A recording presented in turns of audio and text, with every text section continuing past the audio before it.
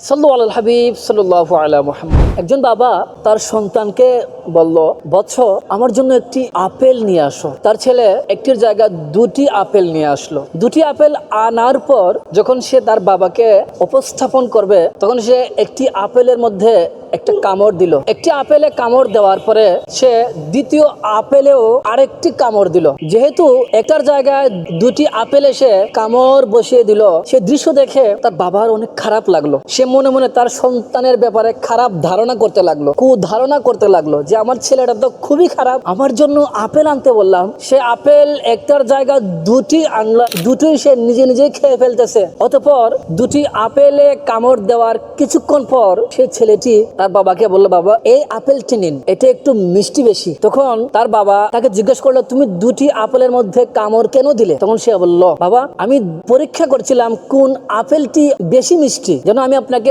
বেশি মিষ্টি আপেলটা যেন দিতে পারি, তাই আমি দুটো আপেলের মধ্যে কামড় দিয়েছিলাম। তখন তার বাবা তার ভুল বুঝতে পারলো, আমার সন্তান আমাকে ভালোবেসে এই কাজটি করছিল, অথচ আমি অজ্ঞতাবশত আমি আমার সন্তানের উপরে কুধারণা করছিলাম যে আমার সন্তান অনেক খারাপ। সোশ্যাল মিডিয়ার দর্শক শ্রোতা, এই ঘটনা থেকে আমাদের কি শিক্ষণীয় রয়েছে? আমরাও আমাদের দৈনন্দিন জীবনে চলাফেরা করতে গিয়ে আমরাও অনেকের সাথে চলাফেরা করতে গিয়ে এরকম কুধারণা করে বসি। মূলত ঘটনা হয় একটি, আমরা ধারণা করে ফেলি আরেকটি। এভাবে আমরা অনেক গুনাহের মধ্যে লিপ্ত হয়ে যাই, এভাবে অনেক সংসারের মধ্যে আগুন লেগে যায় শুধুমাত্র কুধারণার কারণে, অথচ সত্যিকারে প্রকৃত অর্থে ঘটনা অন্য কিছু। সুতরাং কুধারণা সংসারকে নয়, একটা সমাজকে নষ্ট করতে পারে। আসুন না আমরা কুধারণা থেকে বিরত থাকি। আল্লাহ পাক আমাদেরকে তৌফিক দান করুক।